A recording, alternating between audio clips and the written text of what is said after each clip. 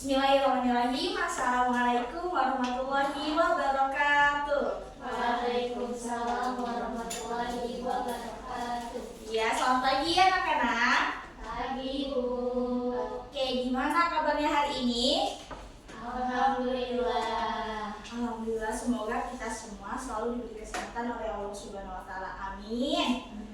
Nah, sebelum belajar, alangkah baiknya kita berdoa terlebih dahulu ya kepada ketua kelas. Silahkan dipimpin.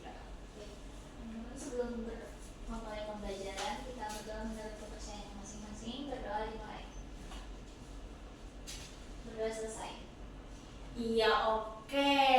Selanjutnya Ibu akan cek hadiran terlebih dahulu ya. Bagi yang namanya dipanggil, silakan angkat tangan dan ungkapkan goals kalian hari ini, oke? Oke. Kita Belajar, Ibu. oke, Nada. Belajar.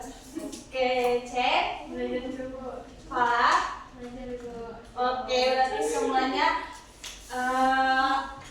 hari ini goalsnya belajar semua. Berarti kalian udah punya tekad nih, berarti hari ini saya pengen belajar gitu loh. Keren nih anak-anak Ibu. Oke, kalian udah sarapan belum? Belajar, Ibu. Alhamdulillah.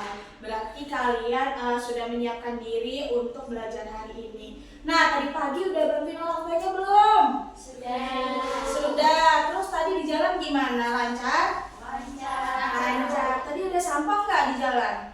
Banyak. Banyak ya. Terus kalian bantu buat ngambilin dibuang ke tempat sampah nggak? Waduh, nanti kalau dalam perjalanan kemanapun kalau ada sampah diambil dibuang ke tempat sampah ya. Iya, Ibu. Iya, oke.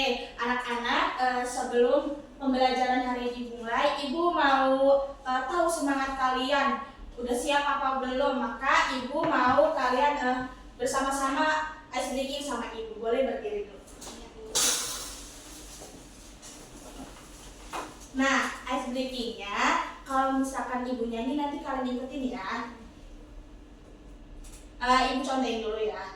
Nih misalnya, buka tutup, bertepuk tangan. Buka tutup, tepuk tangan lagi.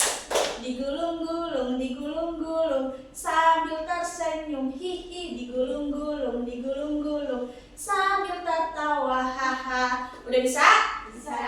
Oke, kalau gitu kita mulai ya. 1, 2, 3. Buka tutup, bertepuk tangan.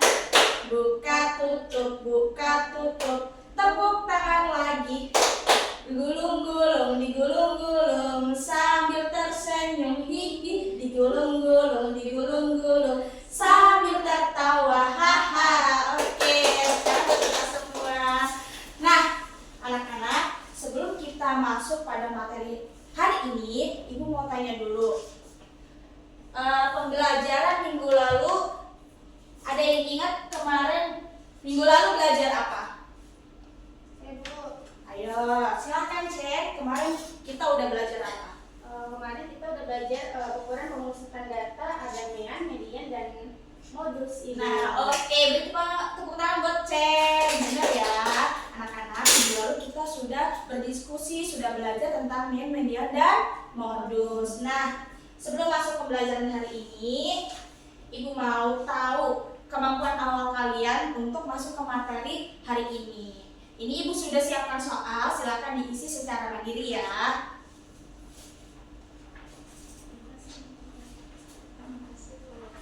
Silakan Ibu kasih waktu 10 menit.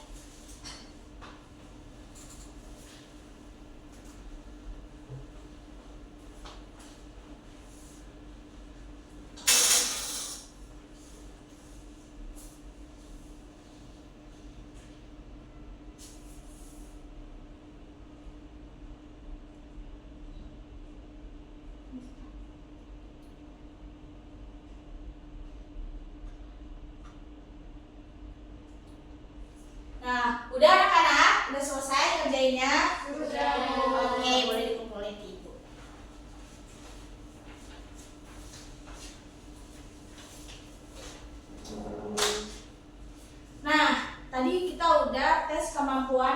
kalian. Sekarang coba teman-teman anak-anak semua perhatikan layar di depan. Di sini ada sebuah masalah di mana katanya di sebuah kelas 8 terdapat 2 kelompok belajar yang baru saja selesai mengerjakan ulangan matematika. Nah, setelah dihitung gurunya bingung. Ternyata nilai rata-ratanya kan sama, jadi gurunya bingung. Kalau sama, kira-kira kemampuan siswanya sama nggak ya? Nah, coba perhatikan di sini ada kelompok A dan kelompok B dengan nilai yang berbeda, tetapi setelah dihitung nilai rata-ratanya sama. Jadi pertanyaannya, menurut kalian, apakah jika nilai rata-ratanya sama, kemampuan kedua kelompok tersebut sama atau tidak? Siapa yang punya pendapat untuk menjawab pertanyaan tadi? Saya Bu. Oke, silakan Clara. Bahwa kemampuan pemahaman siswa itu belum tentu sama meskipun rata-ratanya sama. Iya betul, tangan Clara. Jadi benar ya anak-anak, walaupun nilai rata-ratanya sama, tapi kemampuannya belum tentu sama. Nah, pasti kalian bertanya-tanya, aduh gimana ya Bu, kok bisa sih nilai rata-ratanya sama tapi kemampuannya beda-beda? Gimana ya Bu biar kita tahu caranya? Nah, pertanyaan-pertanyaan tadi akan terjawab pada pembelajaran hari ini terkait jangkauan. Nah, jadi materi hari ini terkait jangkauan. Oke, tujuan pembelajaran hari ini, Ibu berharap setelah belajar pada materi jangkauan ini, kalian mampu menganalisis data untuk menentukan nilai maksimum, nilai minimumnya, dan jangkauan datanya. Lalu, kalian dapat menyusun dan menyajikan data, serta menginterpretasikan hasil dari jangkauannya. Oke, kalau misalkan ada kata jangkauan, kira-kira apa yang kalian pikirkan? Ada yang tahu? Oke, nada. Kata nada, jangkauan itu jarak. Nah, kata nada tadi jangkauan itu jarak. Nah, Ibu bantu meluruskan dan menambahkan terkait jangkauan. Jadi, jangkauan data merupakan salah satu ukuran penyebaran data, di mana menunjukkan selisih antara nilai maksimum dan nilai minimum dari suatu kumpulan data. Nah, anak-anak, perhatikan ke depan. Jangkauan juga memiliki 2 jenis, yaitu jangkauan yang kecil dan jangkauan yang besar. Oke. Nah, jangkauan itu bisa kita temukan di kehidupan kita sehari-hari. Misalnya tentang suhu harian, harga bahan bakar, diskon di toko, dan hasil lomba lari.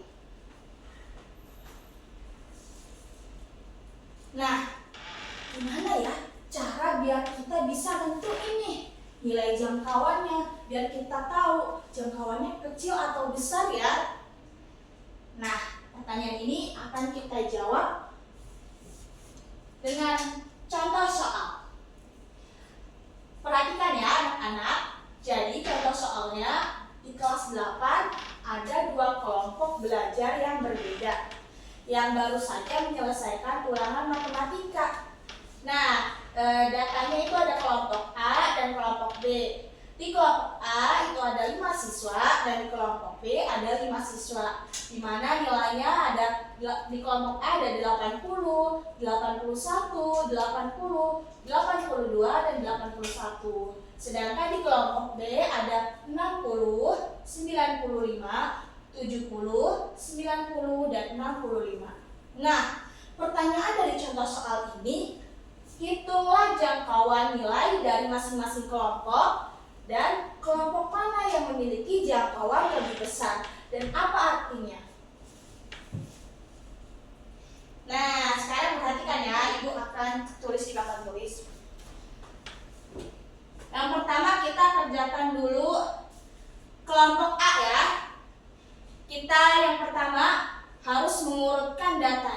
dari nilai terkecil sampai terbesar. Ingat, langkah pertama dalam menentukan nilai jangkauan adalah mengurutkan nilai dari terkecil sampai terbesar. Oke, boleh bareng-bareng disebutin ya angka paling kecil sampai terbesarnya. Yang pertama 80. Terus 81.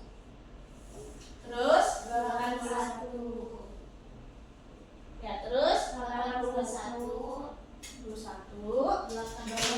82.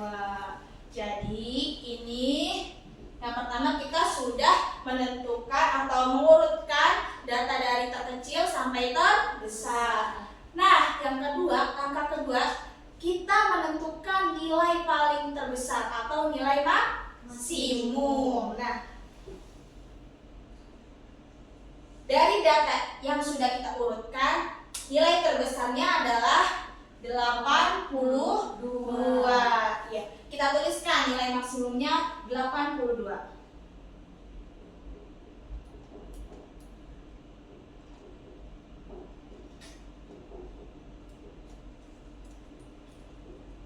Langkah ketiga, yaitu menentukan nilai terkecil atau nilai minimum.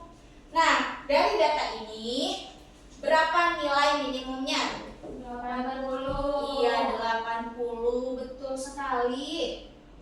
Hebat anak-anak ibu.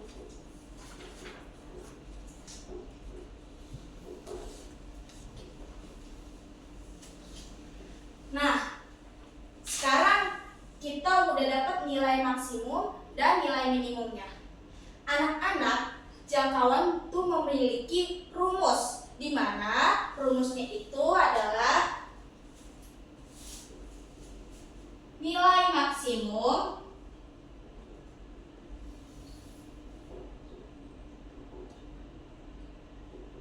dikurangi nilai minimum.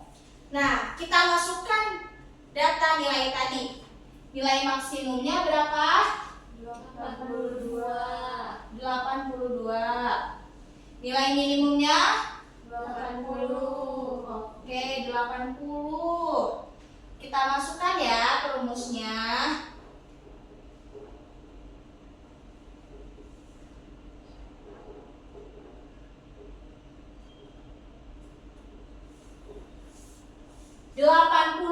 Dikurangi 80 berapa? Ayo. 2. Iya, betul sekali. Jadi nilai jangkauan dari kelompok A itu adalah 2. Di mana anak-anak 2 itu mengartikan jangkauan nilai kelompoknya itu Kecil. ya, kalau kecil berarti nilai jangkauannya, pemahaman siswanya itu merata. Nah, selanjutnya kelompok B. Ibu nggak mau sendiri ngerjainnya. Ibu pengen kalian bisa bareng-bareng explore sama ibu. Siapa yang mau maju ke depan bantu ibu ngerjain contoh soal yang kedua? Jadi apa, Bu? Oke, Cen, silahkan. Nanti dibantu sama teman-teman juga ya. Iya. Kelompok B. Iya, kelompok B. Oke, yang pertama.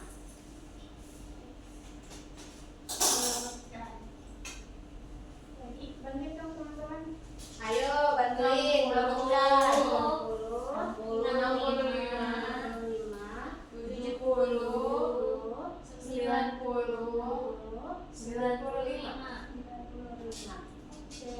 Oke, selanjutnya menentukan nilai maksimum.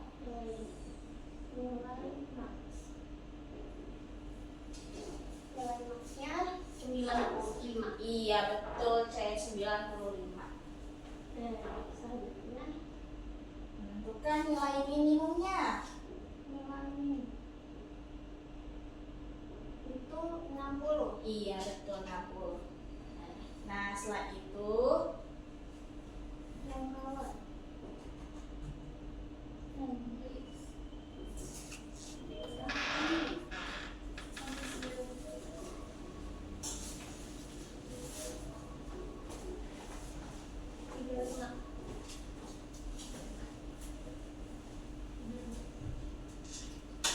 Oke, terima kasih ya Cek.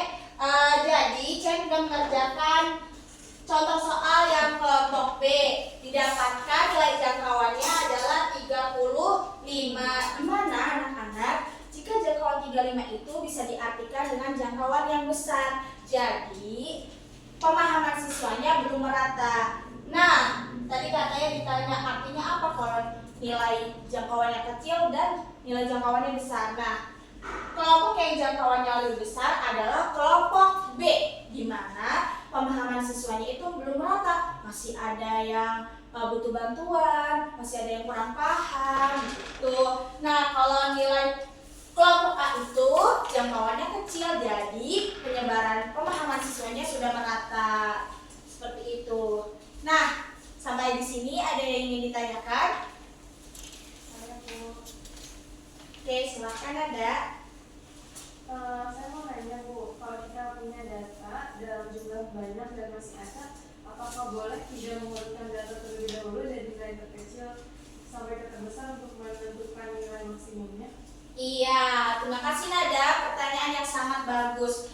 Jadi, ketika kita memiliki data yang sangat banyak dan masih belum berurutan, boleh saja kita langsung menentukan nilai maksimum ataupun minimumnya. Tetapi dikhawatirkan ada kekeliruan dalam menentukan jangkauannya seperti itu. Bagaimana Nada? Apa sudah terjawab? Sudah terjawab, terima kasih Bu. Oke, sama-sama. Aduh, kayaknya lemes nih. Bangun dulu deh. Kita semangat lagi, membakar semangat lagi. Boleh semangat? Kita tepuk semangat aja ya. Tepuk semangat. Semangat. Semangat. Yeay, udah semangat lagi nih. Kan tadi kita udah belajar tentang jangkauan, sudah mengeksplor contoh-contohnya. Sekarang Ibu mau kalian duduk berkelompok sesuai kelompok yang udah Ibu bagi kemarin. Oke, kalau gitu Ibu sudah menyiapkan lembar kerja untuk per kelompok. Silakan dikerjakan ya. Silakan kalian diskusi terkait materi hari ini. Kalau ada yang dibingungkan boleh bertanya ke Ibu ya.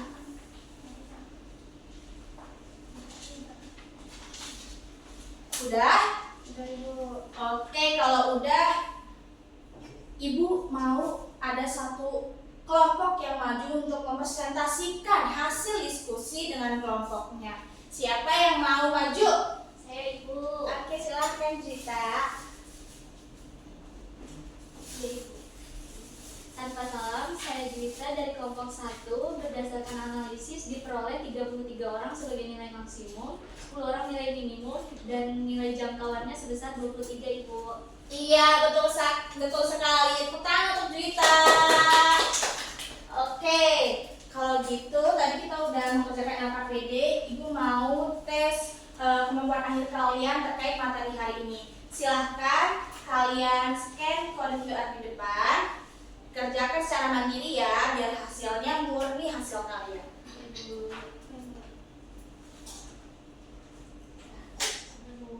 Oke, udah?